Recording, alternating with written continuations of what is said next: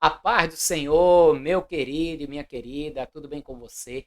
Aqui estou eu mais um dia, pastor Herman Temel, e a Giovana está aqui comigo para darmos continuidade ao nosso plano anual de leitura da Bíblia. E hoje vamos ler no segundo livro dos Reis, 4 capítulos, capítulo 1, 2, 3 e 4. Vamos completar um pouco daquilo que lemos no segundo livro das Crônicas e vamos ver também algumas coisas novas, tá? Mas antes de partirmos para a leitura, não esqueça que tem coisas importantes que você precisa fazer. Se inscrever no canal e compartilhar. Isso mesmo, se inscreva no canal, compartilhe, curta também esse vídeo. Tudo isso me ajuda a levar a palavra de Deus para ainda mais pessoas, amém? Daqui a pouquinho nós vamos também fazer a nossa oração antes de começar a nossa leitura, mas então vamos para o vídeo de hoje.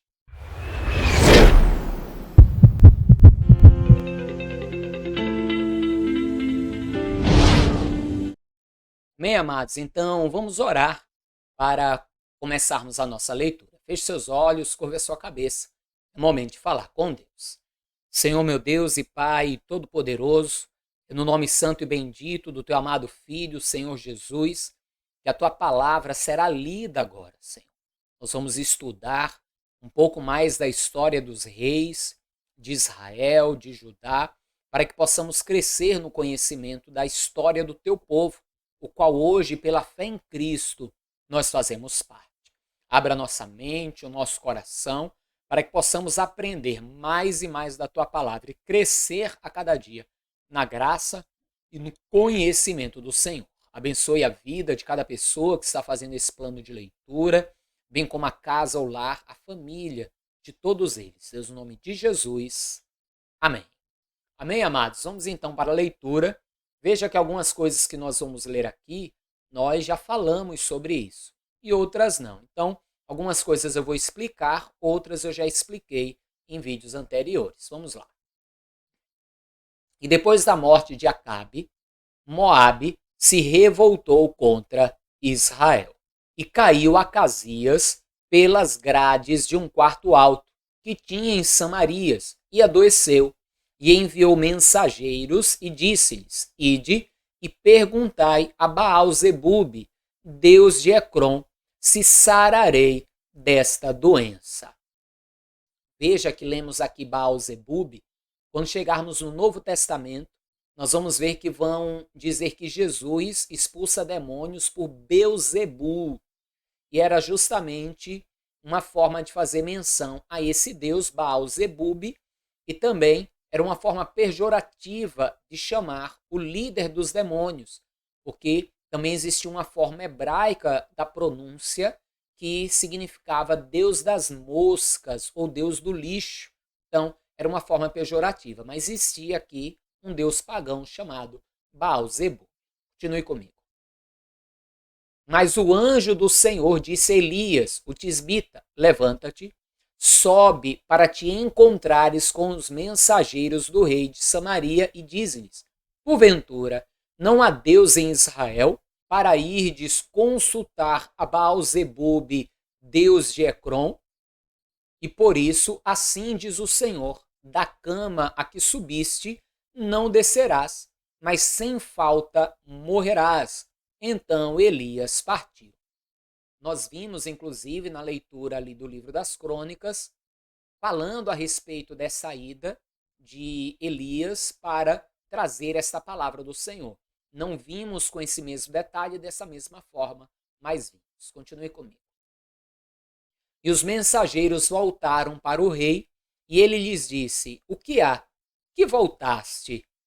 E eles lhe disseram: um homem nos saiu ao encontro e nos disse: ide, voltai para o rei, que vos mandou, e dizei-lhe: assim diz o Senhor, porventura não há Deus em Israel, para que mandes consultar a Baal-zebub, deus de Ecrom?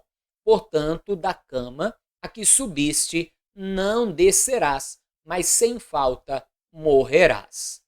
E ele lhes disse: qual era o trajo do homem que vos veio ao encontro e vos falou estas palavras? E eles lhe disseram: era um homem vestido de pelos e com os lombos cingidos de um cinto de couro. Então disse ele: é Elias, o tisbita.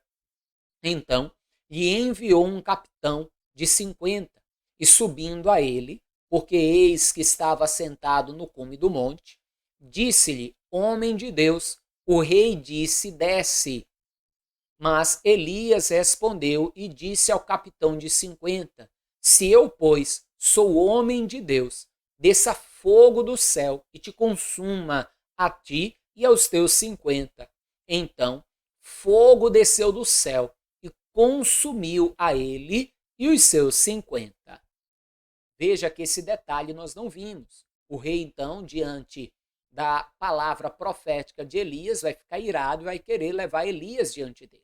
Vai mandar um capitão com 50 soldados para tirar Elias de onde estava, de onde ele habitava sobre o monte. Elias, na hora, do mesmo jeito que havia clamado para que descesse fogo do céu, para consumir o holocausto ali diante de Acabe, dos 400 profetas de Baal, ele vai dizer: se eu sou homem de Deus, que desça fogo do céu e consuma agora a ti e os teus 50. E assim aconteceu. E tornou o rei a enviar-lhe outro capitão de 50 com os seus 50. E esse lhes falou e disse: homem de Deus, assim diz o rei, desce depressa. E respondeu Elias e disse: se eu sou homem de Deus, desça fogo do céu e te consuma a ti e aos teus 50. Então fogo de Deus desceu do céu e o consumiu a ele e os seus 50. E tornou o rei a enviar outro capitão dos terceiros 50 com os seus 50. Então subiu o capitão de 50 e veio e pôs-se de joelhos diante de Elias e suplicou-lhe e disse: homem de Deus, seja, peço-te, preciosa aos teus olhos a minha vida e a vida desses 50 teus servos. Eis que fogo desceu do céu e consumiu aqueles dois primeiros capitães de 50, com os seus 50. Porém agora seja preciosa aos teus olhos a minha vida. Veja que este capitão de 50, ele foi mais sábio e teve temor de Deus. Então vai se prostrar diante de Elias, reconhecendo que Elias é profeta do Senhor, o seu poder, e vai clamar por misericórdia a Elias. Veja o que vai acontecer. Então o anjo do Senhor disse a Elias: desce com este, não temas. E levantou-se e desceu com ele ao rei. E disse-lhe: assim diz o Senhor, porque enviaste mensageiros a consultar a Baal-zebube, Deus de Ecrom. Porventura é porque não há Deus em Israel para consultar a sua palavra? Portanto, desta cama a que subiste não descerás, mas certamente morrerás. Assim, pois, morreu conforme a palavra do Senhor que Elias falara. E Jorão começou a reinar no seu lugar no ano 2º de Jeorão, filho de Josafá, rei de Judá, porquanto não tinha filho. O mais dos feitos de Acasias, que tinha feito, porventura não está escrito no livro das crônicas dos reis de Israel? Então, esses outros feitos nós já lemos, né? E aqui hoje nós vimos alguns detalhes que não estão no livro das crônicas. Fala da sua morte, fala que Elias declarou que ela viria, mas não conta esse detalhe da história. Continue comigo, vamos lá, capítulo 2 do 2º livro dos reis. Sucedeu, pois, que havendo o Senhor de elevar a Elias num redemoinho ao céu, Elias partiu com Eliseu de Gilgal. E disse Elias a Eliseu: fica-te aqui, porque o Senhor me enviou a Betel. Porém Eliseu disse: vive o Senhor, e vive a tua alma, que te não deixarei. E assim foram a Betel. Então os filhos dos profetas que estavam em Betel saíram a Eliseu e lhe disseram: sabes que o Senhor hoje tomará o teu senhor por cima da tua cabeça? E ele disse, também eu bem sei, calai-vos. Veja, Elias sabia que seria tomado por Deus.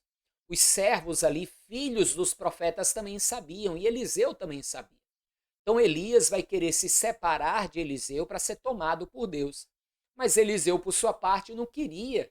Ele queria estar junto com Elias até o último instante. Ele queria, inclusive, ver Deus tomando Elias, até porque ele tinha um último pedido para fazer a Elias. Então ele vai insistir em ficar com Elias. Assim também deve ser a nossa postura, só que não com Elias, mas com Jesus.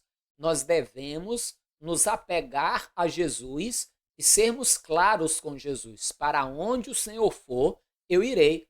Não podemos nos afastar dele segundo nenhum, minuto nenhum. Amém? Continue a leitura. E Elias lhe disse, Eliseu, fica-te aqui, porque o Senhor me enviou a Jericó. Porém ele disse, vive o Senhor, e vive a tua alma, que te não deixarei. Assim vieram a Jericó. Então os filhos dos profetas que estavam em Jericó se chegaram a Eliseu e lhe disseram, sabes que o Senhor hoje tomará o teu senhor por cima da tua cabeça? E ele disse também, eu bem o sei, calai-vos. E Elias disse, fica-te aqui, porque o Senhor me enviou ao Jordão. Mas ele disse, vive o Senhor, e vive a tua alma, que te não deixarei. E assim ambos foram juntos. E foram 50 homens dos filhos dos profetas, e de longe pararam defronte, e ambos pararam junto ao Jordão. E Elias tomou a sua capa e a dobrou, e feriu as águas, as quais se dividiram para as duas bandas, e passaram ambos em seco. Sucedeu, pois, que havendo eles passado, Elias disse a Eliseu, pede-me o que queres que te faça antes que seja tomado de ti. E disse Eliseu, peço-te que haja porção dobrada de teu espírito sobre mim. Veja que pedido ousado. Elias, então, vendo que Eliseu não o deixaria de forma nenhuma, viu que ele queria algo da parte de Elias e vai questioná-lo. Dize-me, pede-me o que tu queres antes que eu seja tomado de ti. E Eliseu, então, podia ter feito como Salomão, por exemplo, eu quero sabedoria para ser profeta. Mas não, ele com ousadia disse, eu quero porção dobrada do espírito que há sobre ti. Veja que pedido e veja a resposta de Elias. E disse, coisa dura pediste. Se me vires quando for tomado de ti, assim se te fará. Porém, se não, não se fará. Coisa dura. Por que coisa dura? Será que para Deus seria difícil? De forma nenhuma. Mas lembre, a quem mais é dado, mais é cobrado. Se Elias teve uma vida de privações em serviço do Senhor, justamente sendo cobrado por Deus como atalaia do Senhor, se sobre Eliseu viria porção dobrada, ele seria duplamente cobrado também. Continue a leitura. E sucedeu que, indo eles andando e falando, eis que um carro de fogo com cavalos de fogo os separou um do outro. E Elias subiu ao céu num redemoinho. Veja o detalhe aqui. Você já deve ter ouvido falar que Elias foi arrebatado em uma carruagem de fogo. Já ouviu isso falar? Pois é, Elias não foi arrebatado em uma carruagem de fogo, não. Então você diga sim, pastor, acabamos de ler. Vamos ler de novo? Olha só. E sucedeu que, indo eles andando e falando, eis que um carro de fogo com cavalos de fogo os separou um do outro. Olha só, a carruagem de fogo separou os dois. Mas veja onde Elias foi levado. E Elias subiu ao céu num redemoinho. Veja então que ele não subiu na carruagem, ele subiu em um redemoinho. amém? Mais um aí que você pôde aprender. Continue a leitura. O que vendo Eliseu clamou, meu pai, carros de Israel e os seus cavaleiros. O que Eliseu está querendo dizer aqui? Carros de Israel e seus cavaleiros. Era uma força de expressão. É como hoje, ai meu Deus, que coisa! Ou seja, ele vai se espantar diante daquilo. Veja comigo. E nunca mais o viu. E tomando as suas vestes, as rasgou em duas partes.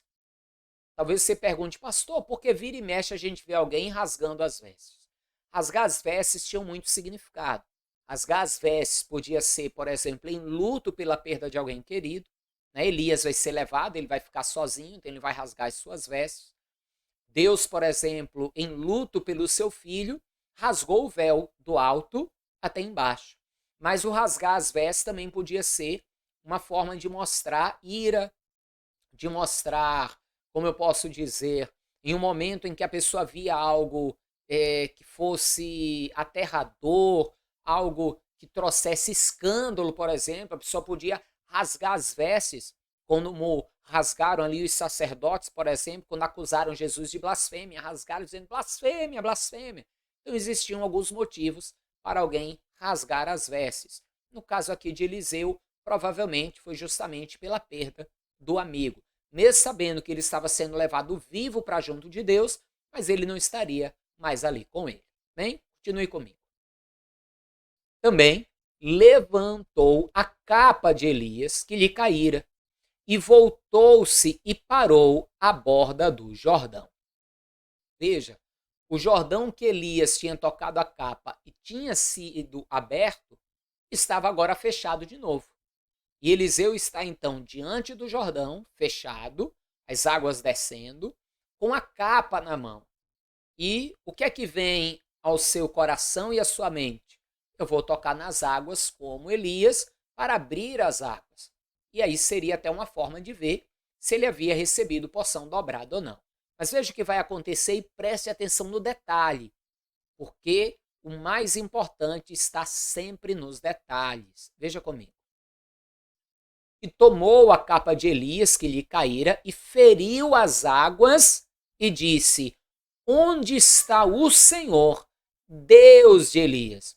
Então feriu as águas e se dividiram elas para uma e outra banda e Eliseu passou. Veja só em que coisa. Você percebeu aí o que aconteceu? Ele feriu as águas e as águas logo se abriram e ele passou? Não. Veja, volte comigo. E tomou a capa de Elias que lhe caíra e feriu as águas. E disse, onde está o Senhor, Deus de Elias? Então feriu as águas, ou seja, ele vai ferir de novo, uma segunda vez. E se dividiram elas para uma e outra banda. E Eliseu passou. Veja, o que provavelmente aconteceu é que Eliseu tocou nas águas e não aconteceu nada. Então ele clama, onde está o Senhor, o Deus de Elias? Ou seja, Elias falou que se eu visse ele sendo levado, eu receberia a porção dobrada. Onde está o Senhor para cumprir a palavra de Elias, teu servo? E aí então ele fere de novo as águas. E aí então as águas se abrem. Eu e você, talvez no lugar dele, teremos tocado com a capa na água e por não acontecer nada, teríamos lamentado e dito, poxa, Deus não me deu a porção dobrada. Teríamos atravessado o Jordão a nado e não teríamos vivido a promessa. Mas Eliseu não, Eliseu foi ousado. Se Elias disse que era, se a palavra profética foi liberada, ela tem que acontecer. E aqui eu quero abrir uma aspas. Quando eu digo palavra profética, eu digo a palavra profética de verdade. Não é essas profetadas que ficam dizendo por aí. Porque a profecia, eu já botei aí o link várias vezes para vocês assistirem a minha mensagem. A profecia, ela edifica, ela exorta ou ela consola. Ou seja, diante de algo que eu fiz, a palavra vai vir para mim. Então, quando a palavra vem, eu já tenho entendimento. Porque eu já fiz algo. E diante do que eu fiz, ou a palavra vai edificar minha fé, ou a palavra vai me exortar, ou a palavra vai me consolar. Então, Elias teve fé diante da palavra liberada pelo profeta, pelo homem de Deus, ali perseverou e viveu a promessa. Continue a leitura. Vendo-o, pois, os filhos dos profetas que estavam defronte em Jericó, disseram: o espírito de Elias repousa sobre Eliseu. E vieram-lhe ao encontro e se prostraram diante dele em terra. Veja aqui o detalhe, quando diz que o espírito de Elias estava sobre ele, é a mesma coisa que diz de João Batista, que ele veria no espírito de Elias. Mas isso não quer dizer o espírito propriamente dito, como se ele tivesse incorporado em Eliseu. Não.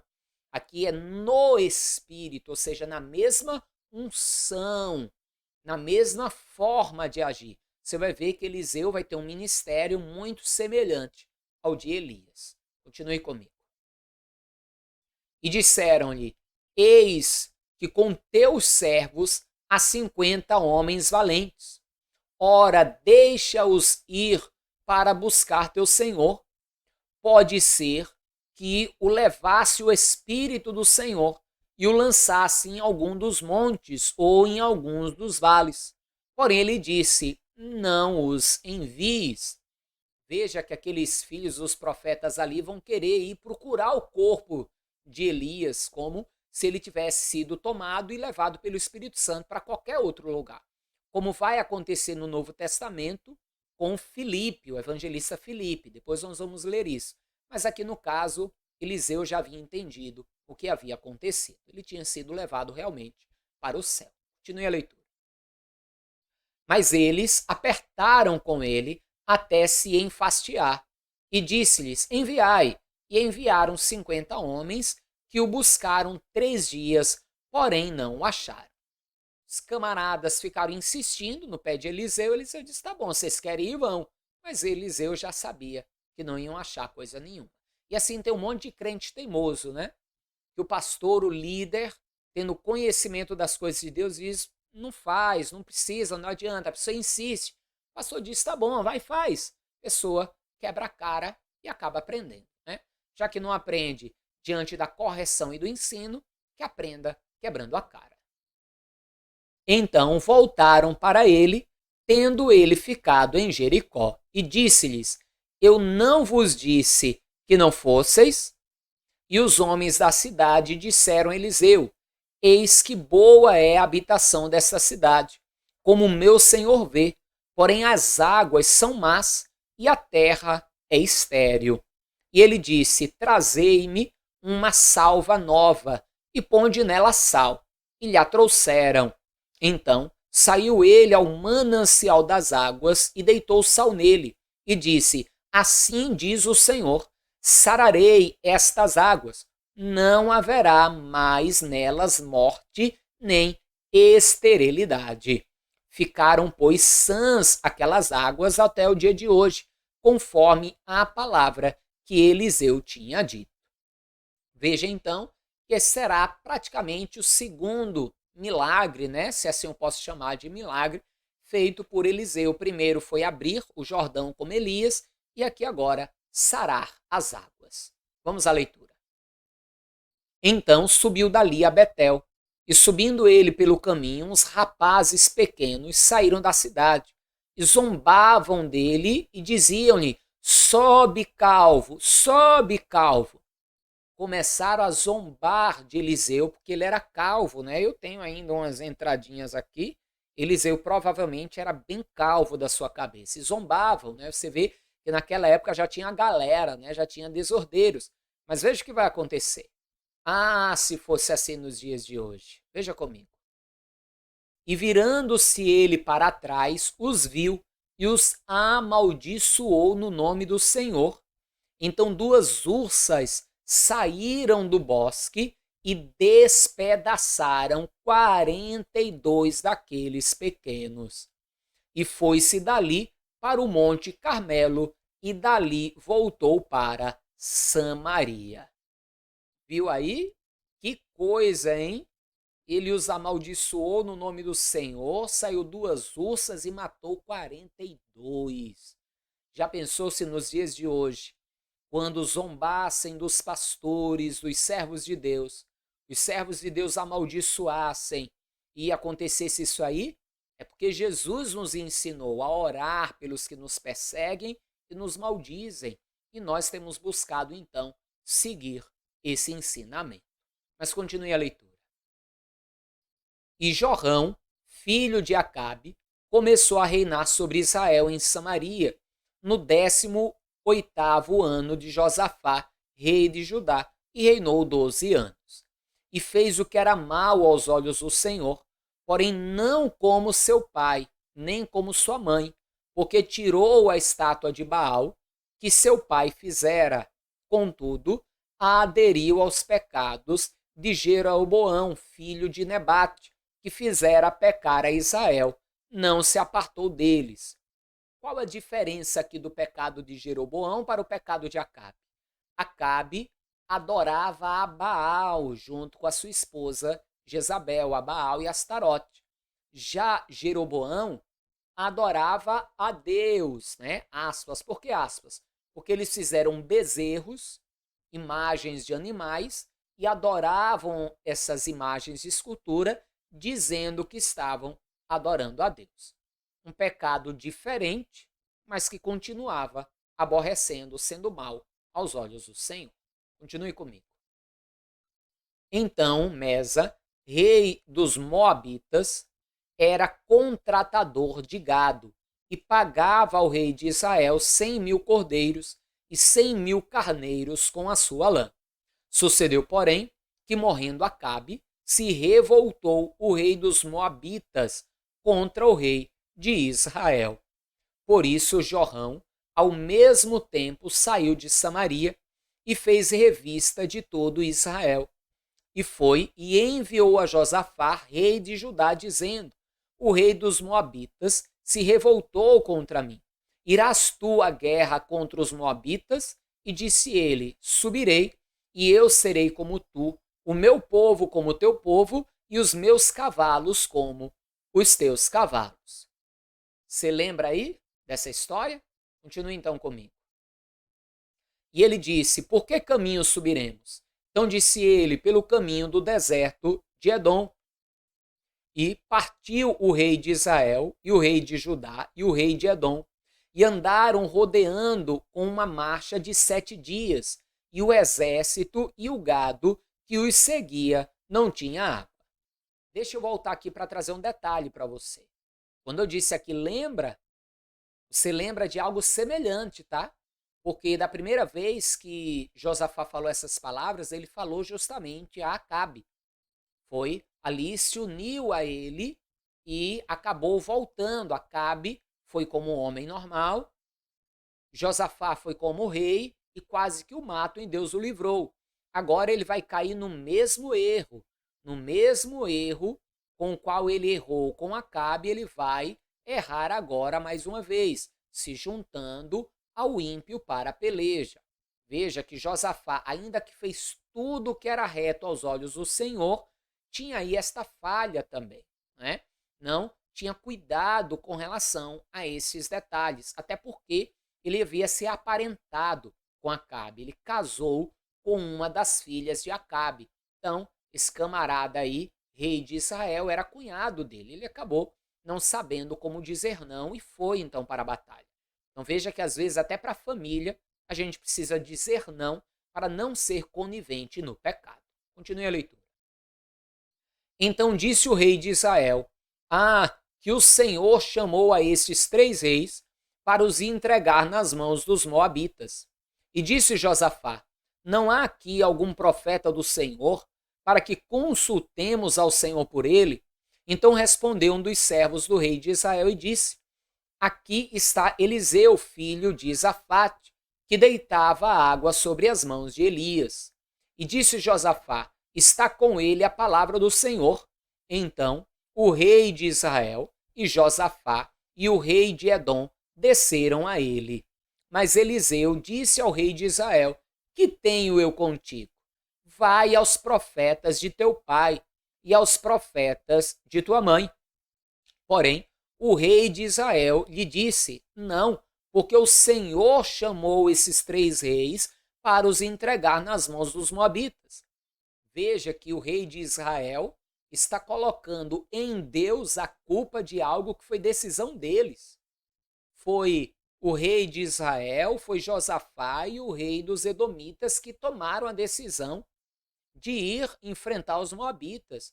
Deus não tem nada a ver com a história, mas agora estão aí querendo colocar a culpa em Deus, como tem muita gente que sofre, paga preço, vive muitas vezes uma vida de lamento e dor e vai colocar a culpa em Deus, quando na verdade toda dor e todo lamento é consequência, é fruto das próprias obras do pecador. Continue a leitura. E disse Eliseu: vive o Senhor dos exércitos, em cuja presença estou, que se eu não respeitasse a presença de Josafá, rei de Judá, não olharia para ti, nem te veria. Ora, pois, trazei-me um tangedor. E sucedeu que, tangendo o tangedor, veio sobre ele a mão do Senhor. E disse: assim diz o Senhor, fazei neste vale muitas covas, porque assim diz o Senhor, não vereis vento e não vereis chuva, todavia este vale se encherá de tanta água que bebereis vós e o vosso gado e os vossos animais. E ainda isto é pouco aos olhos do Senhor, também entregará ele os moabitas nas vossas mãos. Veja então que por amor a Josafá, que era um servo de Deus, Deus vai sarar a questão da falta de água e ainda vai dar a eles vitória sobre os moabitas. Continue a leitura, veja como isso vai acontecer. E ferirei todas as cidades fortes e todas as cidades escolhidas, e todas as boas árvores cortareis, e tapareis todas as fontes de água, e danificareis com pedras todos os bons campos. E sucedeu que pela manhã, oferecendo-se a oferta de manjares, eis que vinham as águas pelo caminho de Edom, e a terra se encheu de água. Ouvindo, pois, todos os moabitas que os reis tinham subido para pelejarem contra eles, convocaram a todos os que cingiam o cinto, e daí para cima, e puseram-se às fronteiras.